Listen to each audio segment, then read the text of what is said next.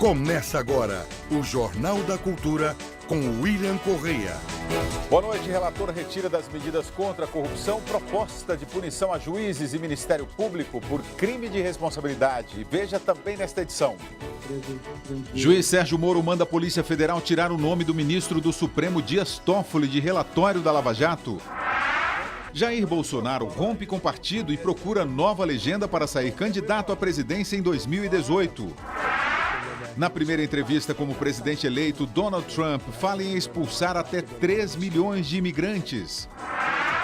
Depois de proibir a vaquejada, Supremo vai decidir se é permitido o sacrifício de animais em rituais religiosos. Existem alternativas, né? Não é imprescindível que você sacrifique um animal num rito religioso. Chuva intensa provoca destruição e deixa dezenas de desabrigados em 4 estados. Britânico faz travessia inédita da África até o Brasil a nado, trajeto que vai durar 4 meses. E a Lua atinge o ponto máximo de aproximação com a Terra, mostrando toda a sua beleza. E na bancada estão o advogado e ex-deputado federal Ayrton Soares e o historiador Marco Antônio Villa. Mande sua pergunta para os nossos comentaristas pelo Twitter e Facebook do Jornal da Cultura. O relator da comissão que analisa o projeto contra a corrupção na Câmara dos Deputados retirou de seu parecer a punição a juízes e integrantes do Ministério Público. A mudança no texto veio depois de 7 horas de reunião, que contou com a participação do coordenador da Força Tarefa da Lava Jato. O ponto que previa que magistrados e integrantes do Ministério Público poderiam responder por crime de responsabilidade ficou de fora do parecer do deputado Onyx Lorenzoni. Este projeto não pode estar nem de longe ao lado de projetos que tentam encercear a ação de investigadores, que tentam constranger juízes e investigadores. Portanto, neste momento nós consideramos inoportuno esta discussão. Atualmente, a legislação prevê que somente o presidente da República, ministros de Estado, ministros do Supremo Tribunal Federal, governadores, secretários estaduais e procurador-geral da República podem ser enquadrados nesse tipo de crime. Nós saímos, portanto, contentes e reconhecendo a diligência da comissão, a abertura e talvez o que mais nos impressione positivamente a partir dessa reunião é a humildade de reconhecer pontos que podem ser melhorados e construídos para que esse projeto sirva melhor ao seu fim. O relatório apresentado na semana passada ampliou de 10 para 17 o total de medidas. O texto deve ser votado nesta semana pelos integrantes da comissão e a expectativa é que vá ao plenário até 9 de dezembro. Temos confiança de que o plenário da comissão e o plenário da Câmara dos Deputados vão manter as 10 medidas que têm um potencial muito grande de transformar o Brasil.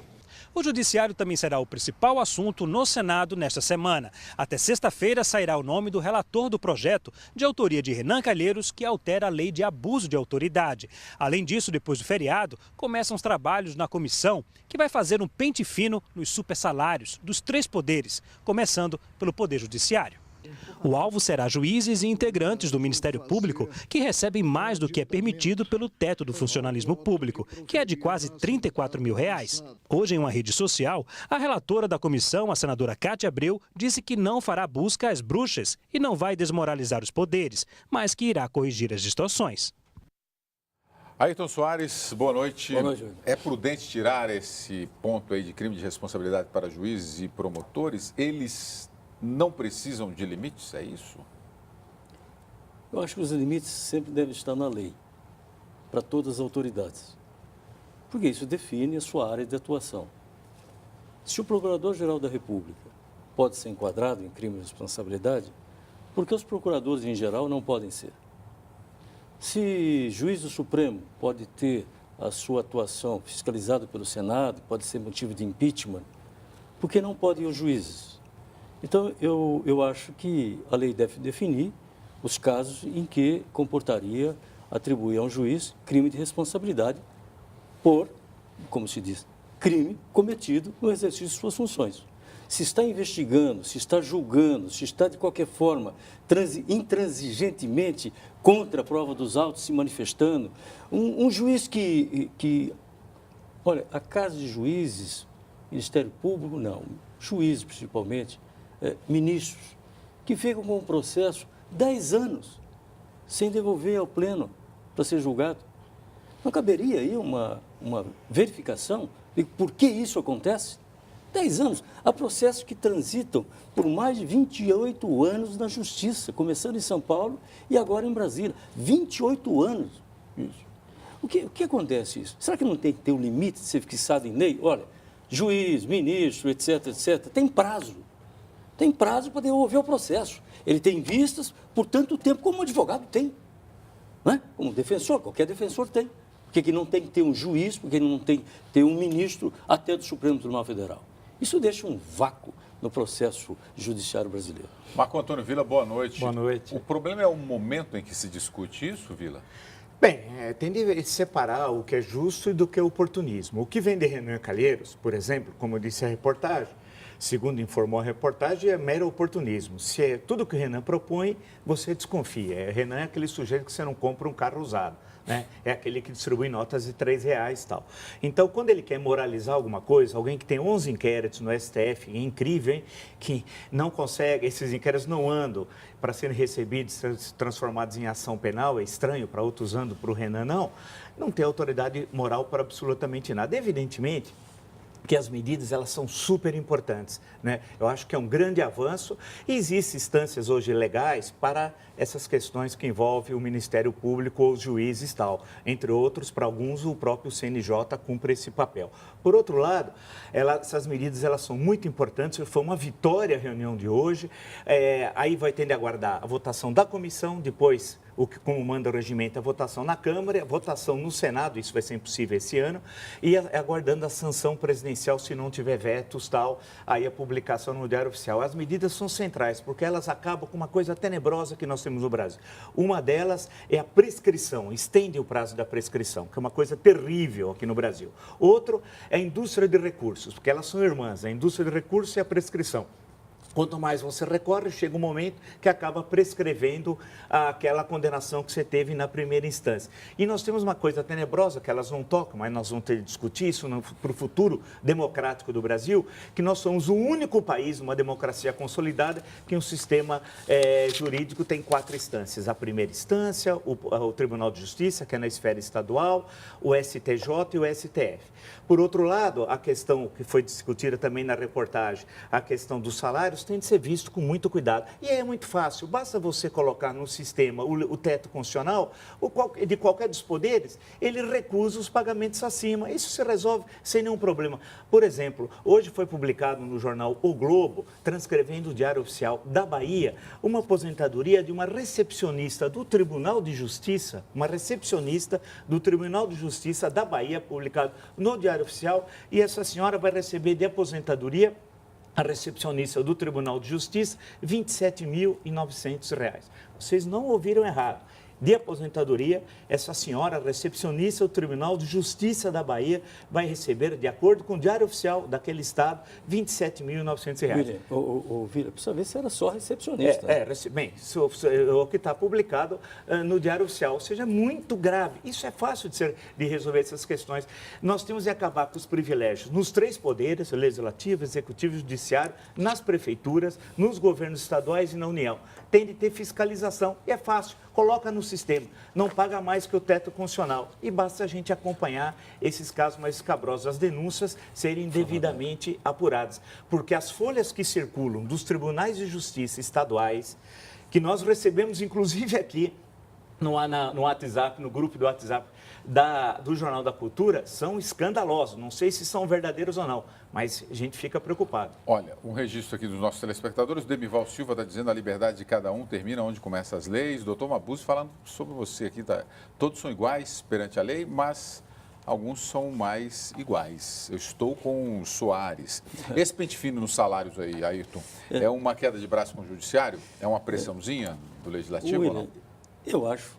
Eu acho que Você acha que é uma maneira, de uma certa forma, de deixar os ministros, os juízes em geral, numa situação mais desconfortável, uma vez que as decisões que têm sido tomadas, elas têm sido muito contundentes com relação à classe política, especialmente aqueles que ocupam cargos no executivo.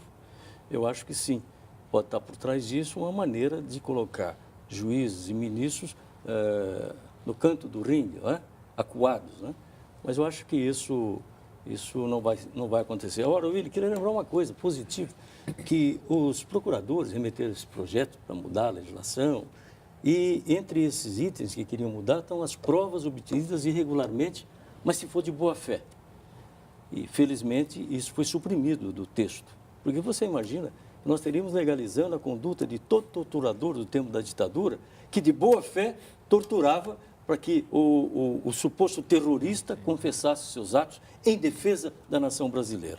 Seria um absurdo se isso fosse mantido. É bom lembrar que o Ministério Público Federal não defende tortura. Vamos pôr a bola no chão. O que o Ministério Público está falando não é a defesa da tortura. Tem uma coisa absurda, é importante que vocês ouçam. Eu ouvi sem a devida... Passou o horário, podia ouvir o telefone do Williams, numa hipótese, até o meio-dia. A meio-dia e 1, ele tramou um crime e executou um crime. Eu tenho a prova meio-dia 1, mas a autorização era até meio-dia. Essa prova não tem valor legal. Mas o William matou uma pessoa e eu tenho a prova do telefonema, isso não vale. Realmente, em qualquer país sério do mundo, não nessa república, a chincalhada, né, seria diferente. Então, a grande questão que nós temos, o Ministério Público entregou esse projeto com mais de 2 milhões de assinaturas. Não é um bandinho de jovens, como diz o criminoso de São Bernardo, que se reuniu para querer perseguir a OAB. Não, nós queremos fundar a república. Aquela que amanhã nós vamos comemorar o feriado e o Deodoro só anunciou. Precisamos proclamar a república do Brasil, acabar privilégio. E um deles é acabar com a impunidade. Ô, filha, eu não entendi uma coisa, desculpe, William. Você está admitindo provas irregulares? Não, eu estou admitindo que eu quero ver a essência da prova. Não estou falando em tortura. Eu estou falando, por exemplo, nesse exemplo hipotético que eu dei. Esse exemplo é hipotético. Eu não provas vou, por exemplo... significa o que em direito? Significa provas obtidas ilegalmente, contrariando a lei, o processo e a justiça. Essas provas irregulares foram apresentadas na Justiça, chegou até o Supremo durante a ditadura. Não estou dando exemplo de ditadura, nós estamos na democracia. Eu estou dando exemplo do que é uma prova irregular na ditadura. E o outro, posso dar exemplo de provas regulares nós estamos na democracia. Mas o exemplo que eu trago é o seguinte, nós estaríamos convalidando toda a atividade dos torturadores durante a ditadura. Por quê? Porque nós estaríamos admitindo provas irregulares. Não, se são provas regulares... Nós vivemos sob um regime democrático, Constituição de 88. Ninguém está dizendo que o regime hoje não é democrático. Aliás, alguns dizem que não é. Mas você deve concordar, então. Alguns dizem que não é. Quem diz é maluco de pedra. Deve ser do PT e do projeto criminoso. Se democracia simplesmente ter as liberdades básicas e não ter justiça social, não ter distribuição de renda, isso não é democracia plena.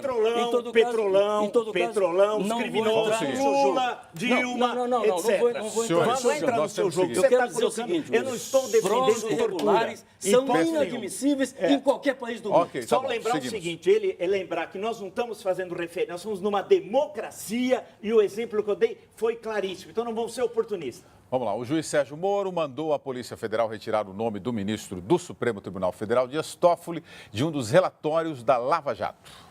O nome do ministro aparece no inquérito sobre o material apreendido com o economista Maurício Bunlai, filho do pecuarista José Carlos Bunlai, preso na Lava Jato. O documento dizia que a família Bunlai influenciava autoridades como Dias Toffoli no período em que o PT estava no poder. Moro classificou a afirmação como leviana, já que o ministro foi citado apenas porque o número dele aparecia na agenda de Maurício Bunlai. A Polícia Federal terá que refazer o relatório em 3 dias. Há 2 meses, o pecuarista José Carlos Bunlai foi condenado a 9 anos e 10 meses de prisão pelo empréstimo fraudulento de 12 milhões de reais junto ao Banco Chaim. Segundo as investigações, o dinheiro foi para o PT. Em troca, o Grupo Chaim obteve, sem licitação, um contrato de 1 bilhão e 600 milhões de dólares com a Petrobras.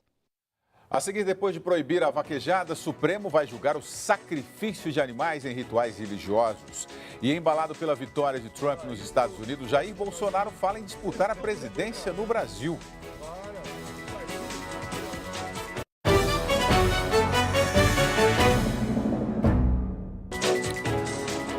O magnata Donald Trump vai deportar 3 milhões de imigrantes ilegais. A afirmação foi feita na primeira entrevista como presidente eleito. Ele também se encontrou com a equipe de transição.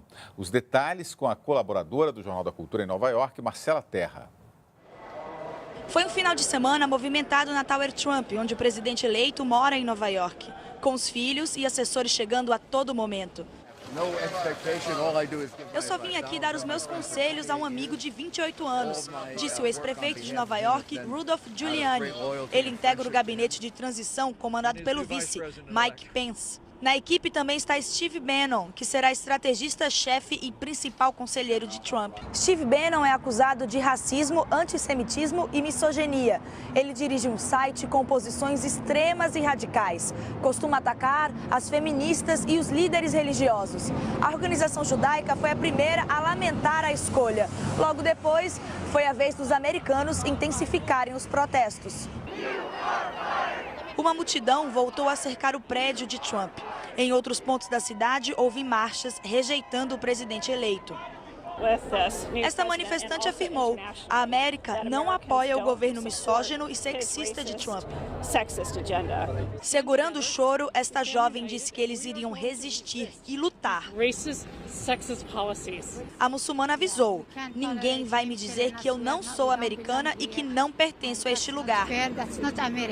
Os protestos atravessaram a noite no país com registro de violência. Uma pessoa foi baleada no Oregon. Este homem disse que era um ato contra um presidente extremista e antidemocrático. Na primeira entrevista como presidente eleito no programa 60 Minutes da CBS, Trump mandou um recado aos manifestantes: parem com isso, não tenham medo. Vamos trazer nosso país de volta. Ele também afirmou que não vai revogar o casamento gay. Disse que pretende indicar um juiz à Suprema Corte contrário ao aborto. Declarou que iria cumprir a promessa de construir um muro no México e deportar imigrantes ilegais. O que estamos fazendo é pegar essa gente que é criminosa, gangues, traficantes, que totalizam 2, talvez 3 milhões. Donald Trump também afirmou que vai abrir mão do salário de $400 mil por ano como presidente quando assumir a Casa Branca. Com uma fortuna de quase $4 bilhões, ele vai receber apenas o valor simbólico de $1 por mês, como determina a lei.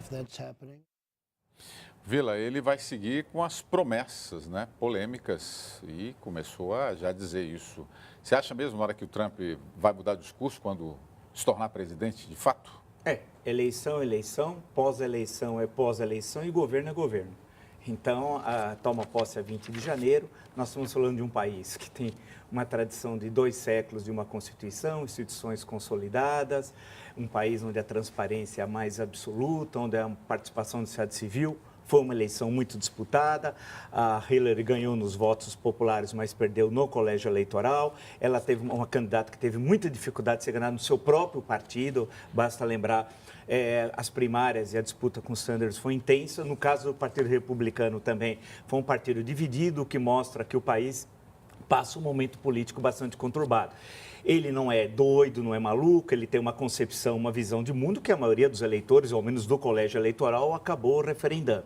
Vamos ver concretamente como é que vai ser o seu governo. Tem questões que são básicas, que não é aquela do discurso, do palanque, mas é do cotidiano. Ele disse que eram 11 milhões que a princípio ia deportar, agora são 2 ou 3, pode ser que no governo seja 500 mil. Com ficha criminal. Com ficha criminal. Não sei se tem esse tanto. Então, a grande questão é que o entendimento nosso aqui do que está ocorrendo lá é muito precário. E tem umas concepções assim de um primarismo absoluto. Alguns o identificam com é um líder caudilhista. Caudilho é na América Latina no século XIX, quando você tinha liderança, o sujeito era líder, ao mesmo tempo tinha tropas, um líder militar, e um líder político que usava as tropas para tomar o poder político tal, grosso modo. Não é populista no sentido clássico da América Latina, entre os anos 30 e anos 60, né?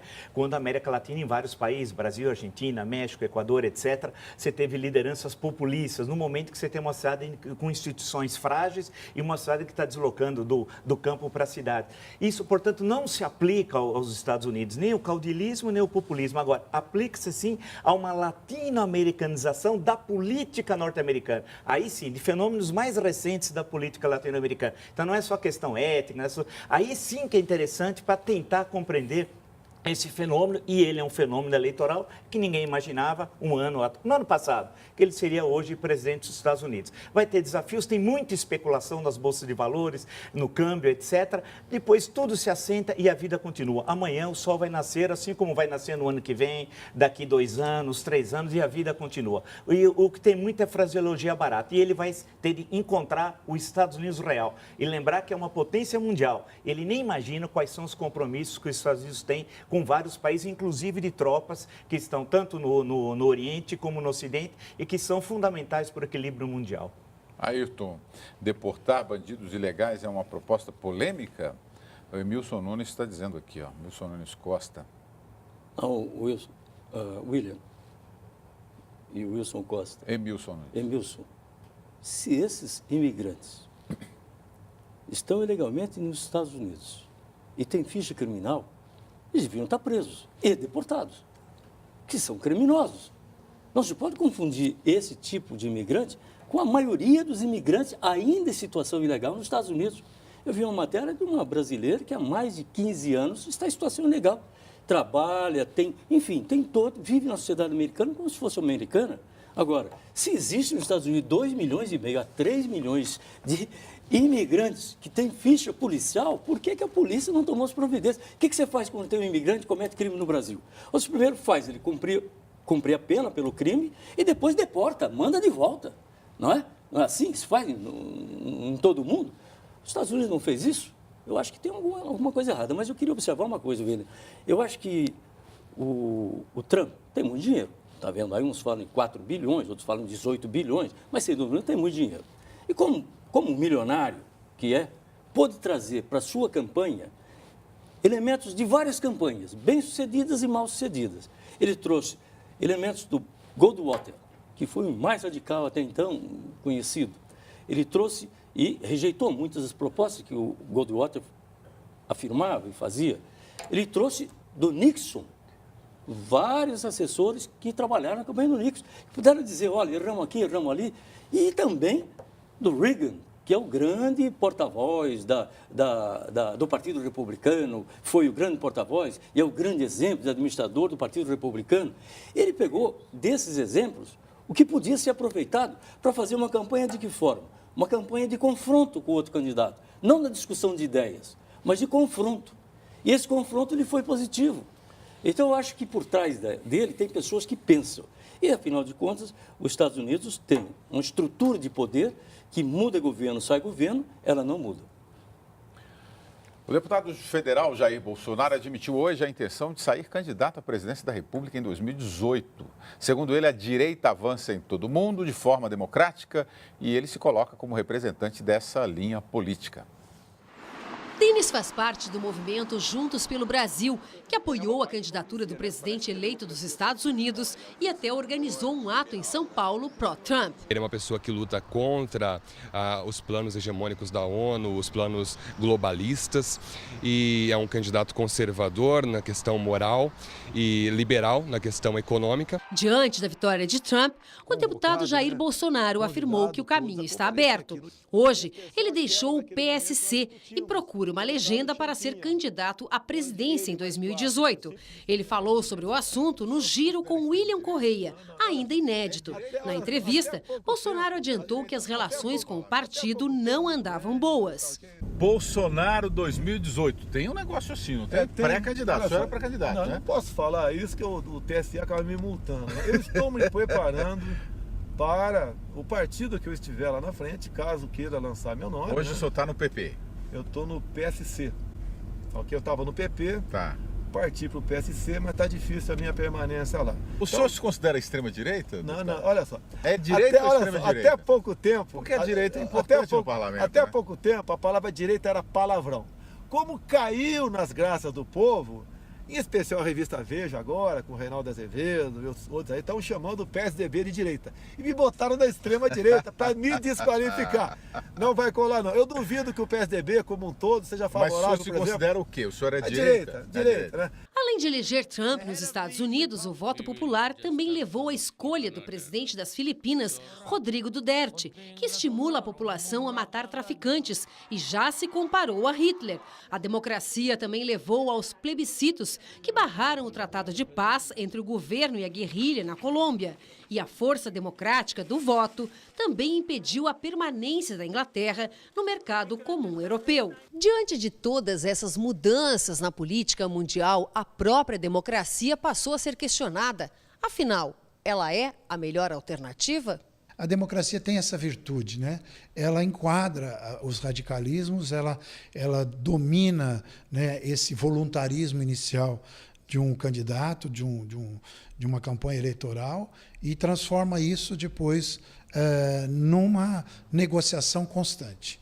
A agência estatal chinesa, logo após a confirmação da vitória de Trump, publicou: isso é o que acontece quando se tem democracia. Para a grande mídia e para muitas pessoas, infelizmente, o que se vê é que a democracia só serve quando é a favor delas. Isso é completamente errado. A gente precisa respeitar o contrário, o contraditório. Olha aqui, Vila, o Rodrigo Campos. Existe uma direita qualificada com suas teorias para a economia e sociedade. Bolsonaro definitivamente não faz parte dela. Cada um apresenta o que quiser. Em 2018, pode pegar qualquer... Hoje está tudo digitalizado na internet. Pega então os jornais de 92 para ver o que aconteceu em 94. Pegue de 2000 para ver o que aconteceu em 2002, em momentos diferentes, tal, né? A grande questão, ninguém sabe como é que vai estar o quadro eleitoral de 2018. Inclusive que nós temos uma legislação eleitoral que está sendo mudada agora, colocando a cláusula de desempenho, o fim das coligações. Tudo isso tem um reflexo direto no processo eleitoral para a presidência da República. Além do que, dependendo do que acontecer na recuperação econômica aqui no Brasil, também tem reflexos em 2018. Por outro lado, nós temos a questão da delação da Odebrecht, que ninguém sabe a quantos vai atingir, que partidos, que liderança. Tem repercussão direta em 2018. E há uma questão óbvia, ululante, que não há qualquer relação entre a eleição norte-americana no Brasil, como nunca houve na história das eleições presidenciais no Brasil, qualquer relação com as eleições norte-americanas. O quadro eleitoral dos Estados Unidos, o sistema eleitoral é radicalmente distinto do Brasil. A nossa história é radicalmente distinta da história norte-americana. Esse senhor, ele ocupou um espaço que estava vazio, ele tem problemas até num pequeno partido, que é o partido que ele está, chamado Partido Social Cristão, do qual ele revelou a você até em primeira mão, porque eu não sabia. Né? Estava, né? Que está, então, de saída. Não sei para que partido, vai ser duro ele encontrar alguém que consiga abrigá-lo, porque a legislação brasileira, até o momento, obriga que você, para ser candidato um ano antes da eleição, tem de estar afiliado a um partido. Isso envolve tempo na televisão, recursos. Então, o processo é muito mais complexo. Ele está ocupando um espaço, ele é esperto, ocupa espaço nas redes sociais, faz um discurso que falta consistência, assim. Eu já fiz algumas críticas ao discurso dele e os seus adeptos ficaram furiosos, me xingando. Um, inclusive, falou que ia me matar. Pessoal bacana, né? Pô, vocês são bem legais, eu estou morrendo de medo, inclusive, de vocês. E a grande questão, na hora, vai precisar saber o que propõe para o país. Portanto, o que ele está falando agora, simplesmente é uma piada. Não há qualquer relação com 2018. E fazer campanha por Trump na Avenida Paulista, no MASP, convenhamos, haja macaquice, viu? Ayrton. Olha, eu vejo que a candidatura do Bolsonaro é muito positiva para o processo democrático.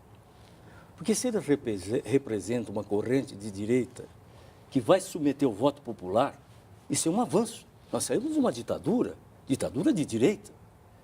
Então, se esses setores que se envolveram para apoiar a ditadura, for o canal Bolsonaro para levar suas aspirações políticas, está dentro do processo democrático. Então, eu vejo uma candidatura desse porte, de um candidato de direita, que se assume como sendo de direita, como uma candidatura muito positiva para o processo democrático. Claro, eu não concordo com nada que ele diz, né? Eu sou avesso aos seus discursos.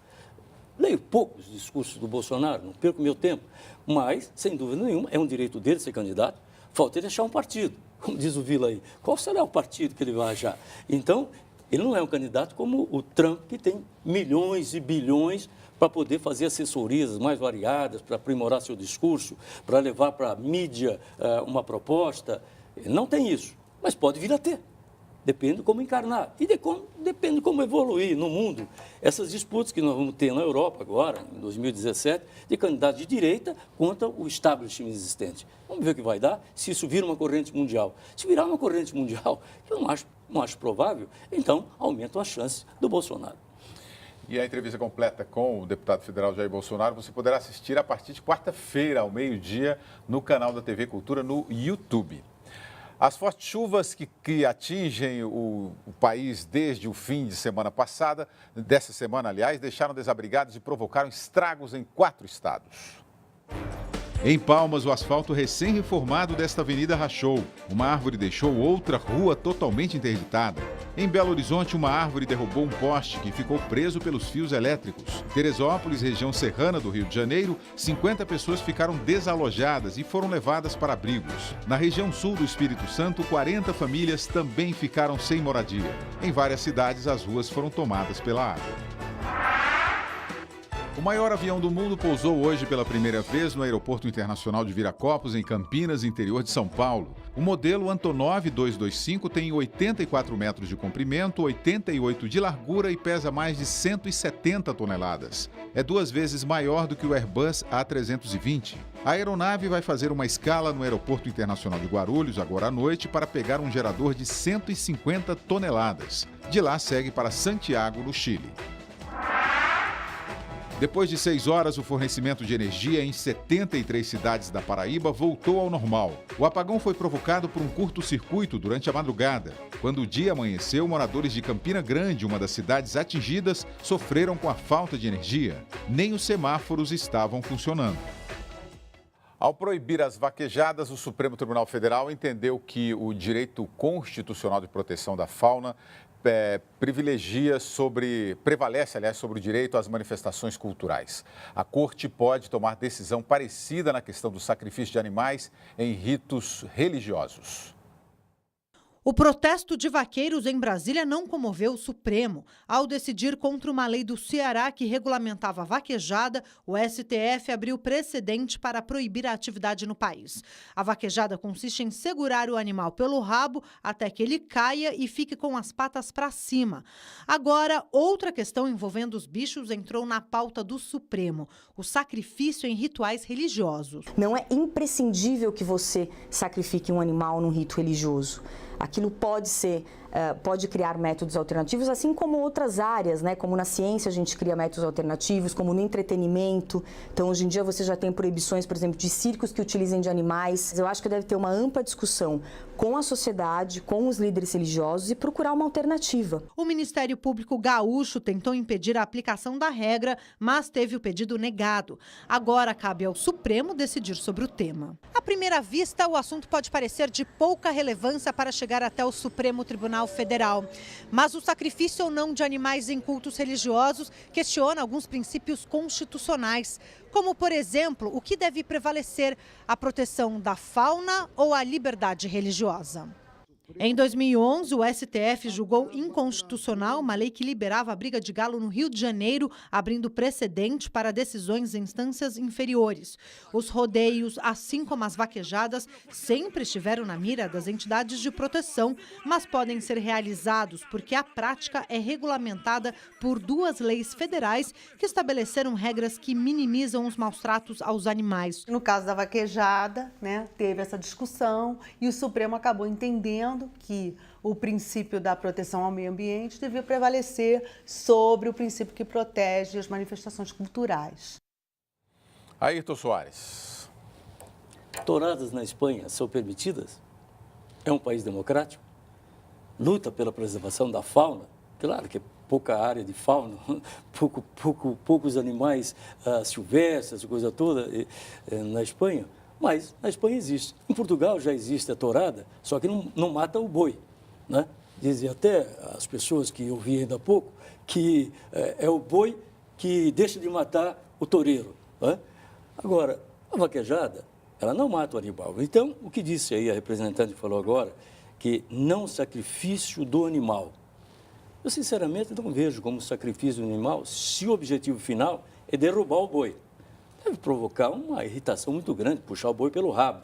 Mas é diferente de uma tourada que mata o boi, impõe sofrimento, fixa no boi espetos e mais espetos para ele ficar mais agressivo. Isso sim. E a briga do galo? Também. A briga do galo leva a um sofrimento horrível da ave que está ali, do confronto com a outra. Principalmente quando elas são ajustadas para isso, com esporas afiadas, até com metal nas esporas, né? Então isso é diferente. Agora a vaquejada é uma tradição das poucas brasileiras. Eu acho que caberia ao legislador fixar os limites para esse tipo de atividade. Olha e não aqui, ao Supremo Tribunal Federal. Olha aqui, Vila, várias participações em relação a essa reportagem. Esse tema é muito polêmico, né? A Marines Ferreira Mendes aqui, qual é a diferença entre vaquejada e rodeio? O sofrimento não é o mesmo? A Luciana está aqui, proíbe a vaquejada, então proíbam tudo. O Enio Torres está dizendo, vaquejada, e como ficam os inúmeros abatedouros monstruosos, Brasil afora? São coisas diferentes, então vamos por parte. Vamos por parte. Na Espanha, vários lugares é proibido, na Catalunha, por exemplo, não tem.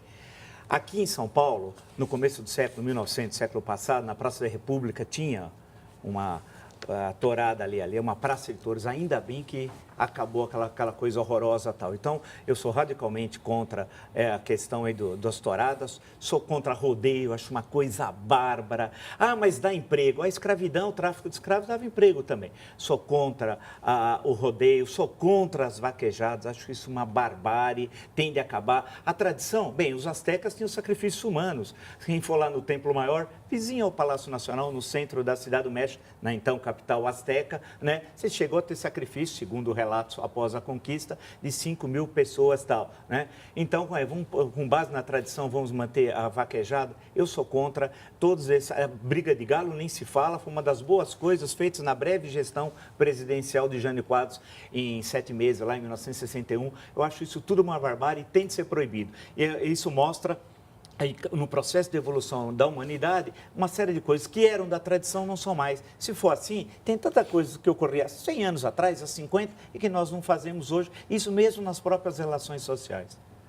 O presidente da Federação de Umbanda e Candomblé do Estado de São Paulo, Pai Salum, declarou que uma das regras da entidade é informar aos praticantes que o IBAMA proíbe a matança de animais em qualquer ritual.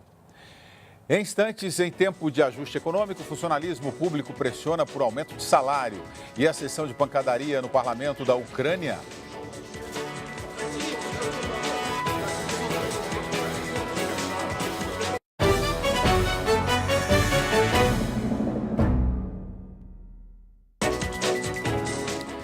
Em meio à tentativa de limitar os gastos da União, o governo sofre pressão dos servidores públicos que cobram reajustes salariais. A divergência entre o discurso de ajuste fiscal e a abertura dos cofres públicos para categorias específicas tem mobilizado servidores que não tiveram reajustes salariais. Em outubro, a Câmara dos Deputados aprovou o aumento de 47% para servidores da Polícia Federal e da Polícia Rodoviária, que serão pagos em 3 parcelas até 2019. Em julho, o presidente Michel Temer sancionou uma lei que concedeu reajuste de mais de 40% nos salários dos servidores do Judiciário e 12% para analistas e técnicos do Ministério Público da União. Aumentos que provocam um impacto de 50 bilhões de reais aos cofres públicos nos próximos 4 anos. O governo argumenta que esses reajustes já estavam previstos no orçamento da União. Não acho justo que se coloque a culpa nos funcionários públicos. O principal vilão disso tudo é a má gestão que o país vem sofrendo há muitos anos. Um governo que gasta 600 bilhões para pagar juros poderia tomar uma medida para reduzir isso, não optou por esse caminho de redução da taxa de juros e diz que não vai optar. Com a crise financeira, alguns estados enfrentam dificuldades para pagar o funcionalismo público. A situação mais crítica é do Rio de Janeiro. 38% dos servidores do estado tiveram os salários de outubro parcelados em 7 vezes. O governador Luiz Fernando Pezão anunciou que os servidores podem ficar sem o 13º salário. O Rio de Janeiro pode ter um alívio nas contas se a decisão da ministra Rosa Weber for aprovada no plenário do Supremo Tribunal Federal. No final de semana, ela determinou, por meio de uma liminar, o bloqueio de parte do valor arrecadado com o programa de repatriação de dinheiro ilegal depositado no exterior. Além do Rio, 22 outros estados e o Distrito Federal podem ser beneficiados. Nelson é professor da Rede Municipal Paulista há 14 anos. O ano foi difícil, mas espera que em 2017 os acordos firmados para reajuste salarial em 2 parcelas sejam cumpridos. Mesmo assim, se a gente tiver a inflação de mais de 8%, a gente vai ter alguma perda aí. E vamos ter que correr atrás com a nossa campanha salarial desses 2 próximos anos, né? Esse ponto aí, Ayrton, você viu na reportagem que são certos setores só que conseguiram aumento. Polícia Federal, Ministério Público, sim, Judiciário. Sim. Parece que é uma blindagem, né, que o governo permite esse aumento para essas pessoas e o restante do funcionalismo não entra nesse bolo. Como é que faz? Um governo que prega ajuste das contas e gerar aumentos para boa parte, só uma parte da população. São os que pressionam com mais força e mais poder de trazer por uma greve qualquer, prejuízo substancial ao Estado. Não é? Por exemplo, se os procuradores pararem, enfim, eles têm força. Não é? As outras categorias de funcionários têm menos força, porque é muito mais difícil de organizar, porque quantitativamente são muito maiores os servidores do que esses que nós acabamos de apontar. Eu acho que devia se fazer o seguinte: teto para os funcionalismo público em geral. Muito bem. Acertado isso, a sobra desse dinheiro, aumentar os baixos salários, com base numa proporcionalidade. Porque se está se despedido, esse dinheiro está sendo gasto, não é? Esse dinheiro existe. Foi gasto e existe. Se ele vai deixar de ser usado, por que não atender as categorias de base do funcionalismo? Essa é a questão que me parece possa ser colocada.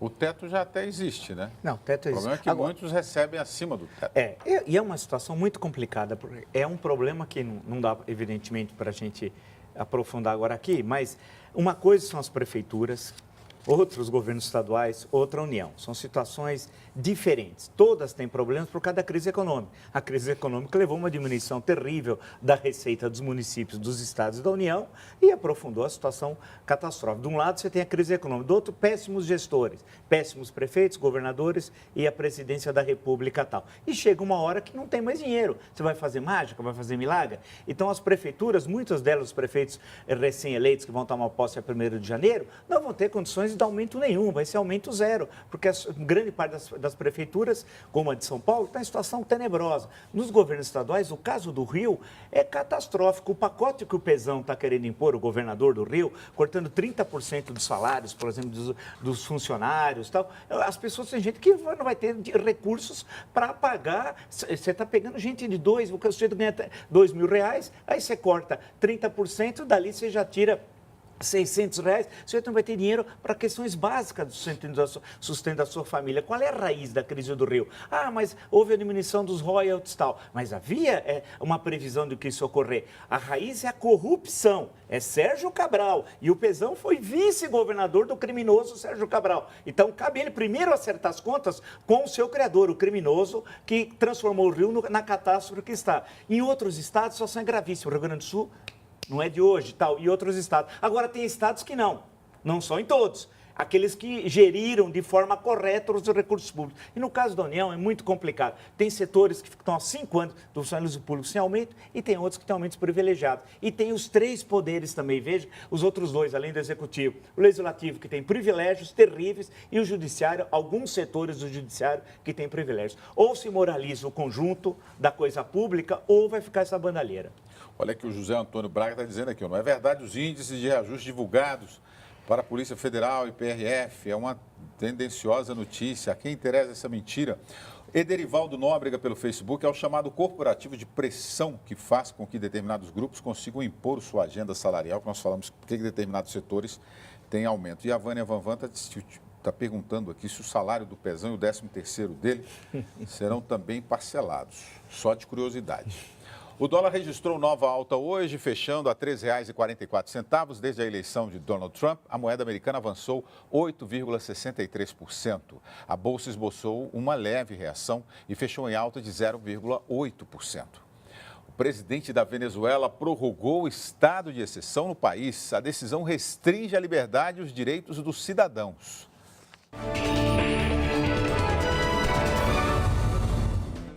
A medida deve durar 60 dias. Esta é a quinta vez que o governo estende o estado de exceção e emergência econômica na Venezuela. O presidente Nicolás Maduro alega que a decisão é para combater a crise política, social e econômica provocada pela oposição e pelo setor empresarial.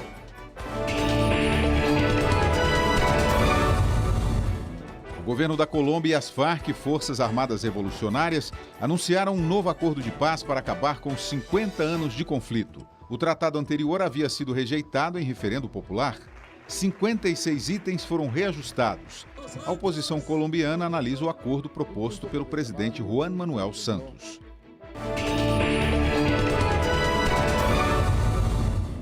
Nova Zelândia contabiliza a destruição e o número de vítimas do forte terremoto de 7, graus de magnitude que atingiu o país na madrugada de segunda, horário local. Imagens aéreas mostram 3 vacas ilhadas em um pedaço de terra. O restante da região foi tragado pelo tremor. Kaikoura, uma ilha do sul, foi a mais afetada pelo abalo. Até agora, o governo confirmou 2 mortes.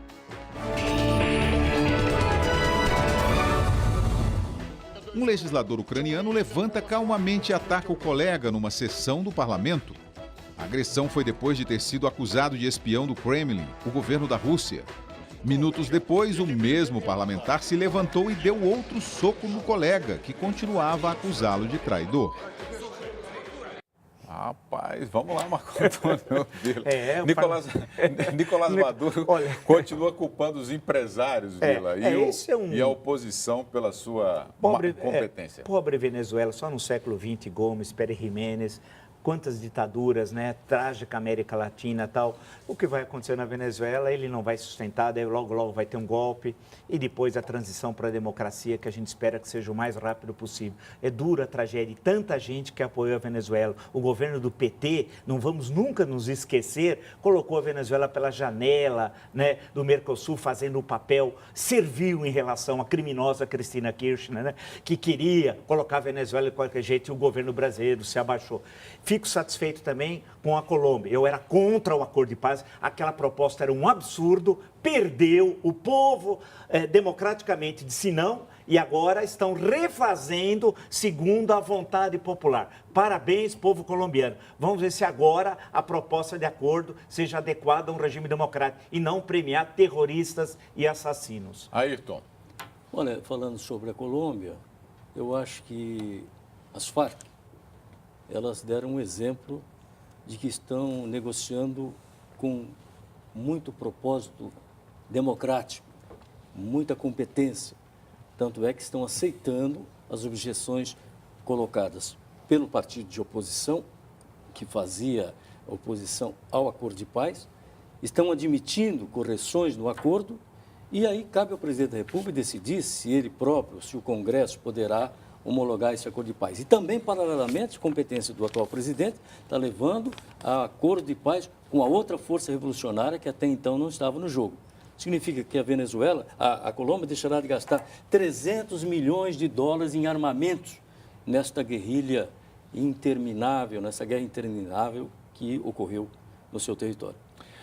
Daqui a pouco, o britânico promete nadar do Senegal até o Brasil em 4 meses. E as imagens da Superlua, a maior em quase 70 anos.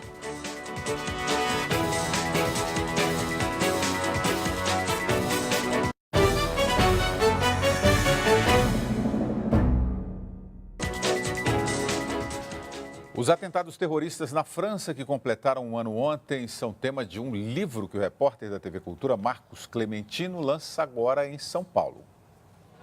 O livro narra os ataques do Estado Islâmico do dia 13 de novembro do ano passado, que deixaram 130 mortos. Explosivos foram detonados perto do Stade de France, quando ocorria uma partida de futebol entre a França e a Alemanha. E os terroristas fizeram 6 ataques com fuzis na casa de shows Bataclan.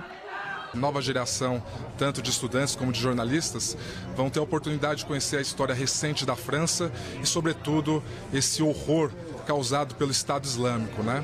O livro Paris, Sexta-feira 13, também é assinado pela jornalista Liz Ferrer.